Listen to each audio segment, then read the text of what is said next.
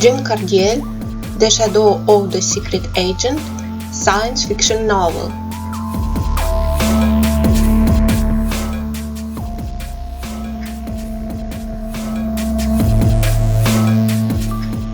Part 1, City in Darkness. Excerpt 5, At the Very Girl.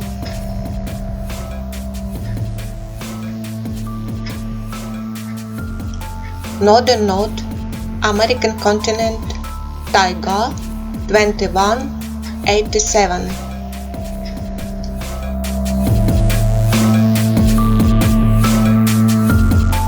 Nichols wandered through the forest trying to determine which direction he was heading now that he had lost his way.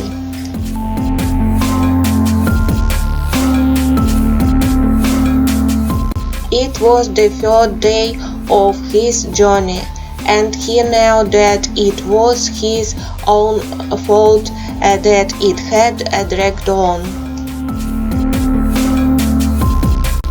But he had only wanted to save his own strength, but it had turned out the opposite.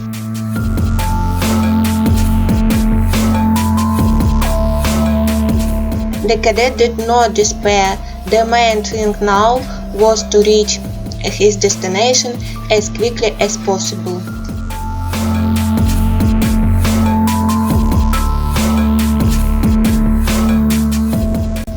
But here is another problem. Greg's old compass broke.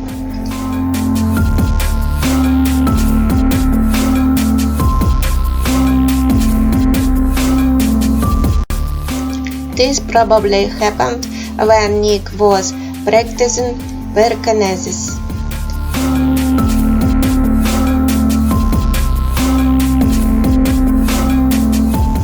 He should have put the compass aside so as not to damage it.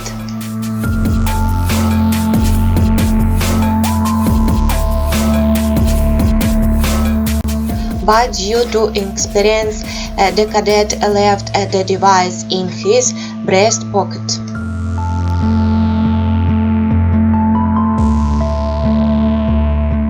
As a result, a powerful charge of energy emanating from Nick's chest demagnetized the compass needle.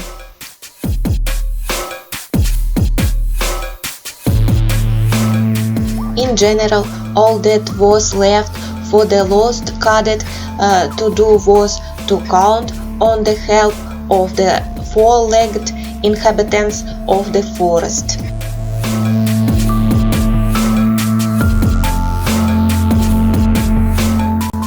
And he had already learned to be friends with them, to understand them, and even to ask for something.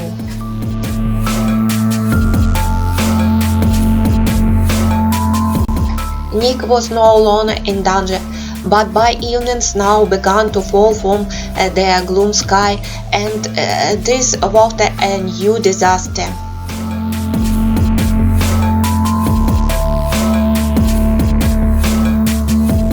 Nick was now moving further and further down the mountain, and he liked it.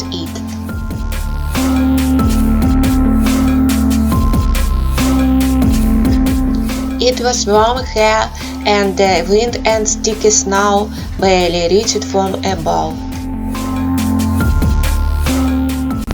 Suddenly, the forest ended.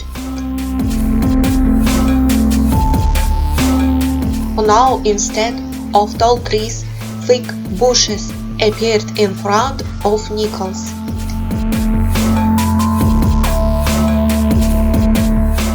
And behind them, the endless sky was visible.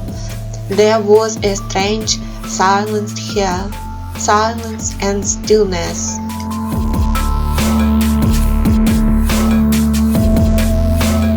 What was behind those tall bushes? Desert, tundra, or city, a populated area?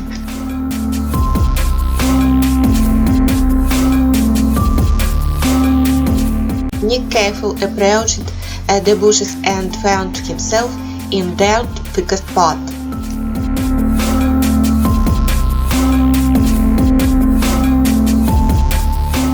He pushed aside the icy branches, and what was that?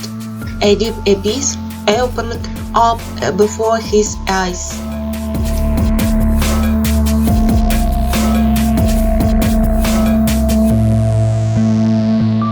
A steep cliff with a slippery slope. Nick barely kept his feet on the ground, slippery from the melting snow.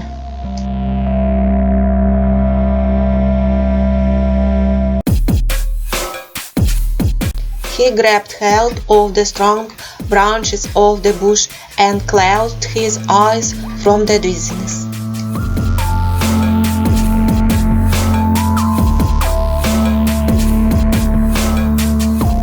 Gathering his courage, Nick opened his eyes and dared to look down.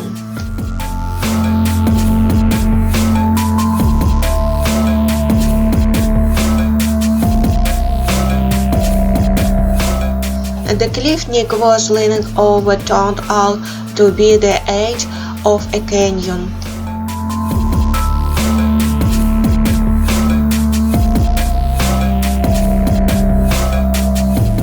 It was not a natural depression formed by nature as a result of an earthquake or the drying up of a deep lake.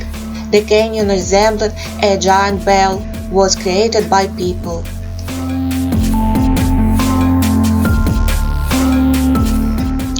It was as if they had cut out a piece of land to the required depth and placed there a military base.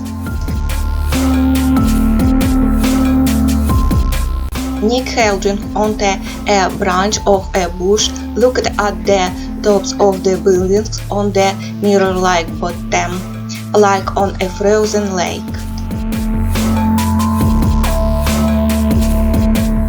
These buildings were by no means of a residential type as in the policies, with patent edges of their sectors.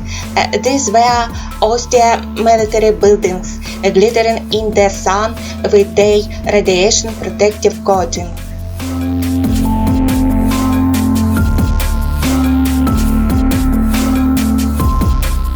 Around the buildings rose the spires of military aerophones.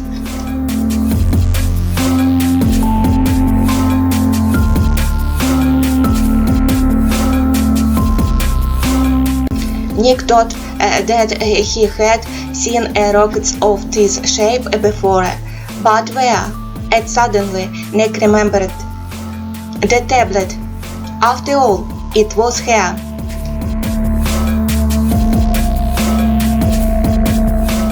Nick tried to get in closer and wanted to touch the ground of the descent with his hand.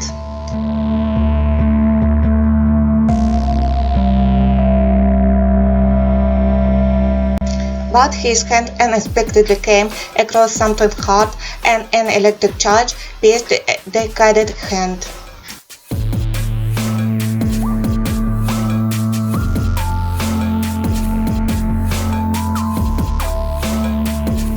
Yes, it was a wall, an invisible wall of a force field, so there was no danger of falling into the abyss here.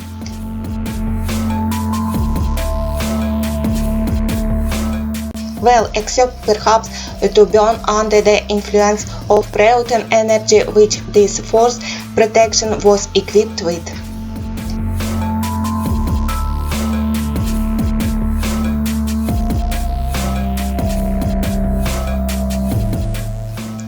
To be continued.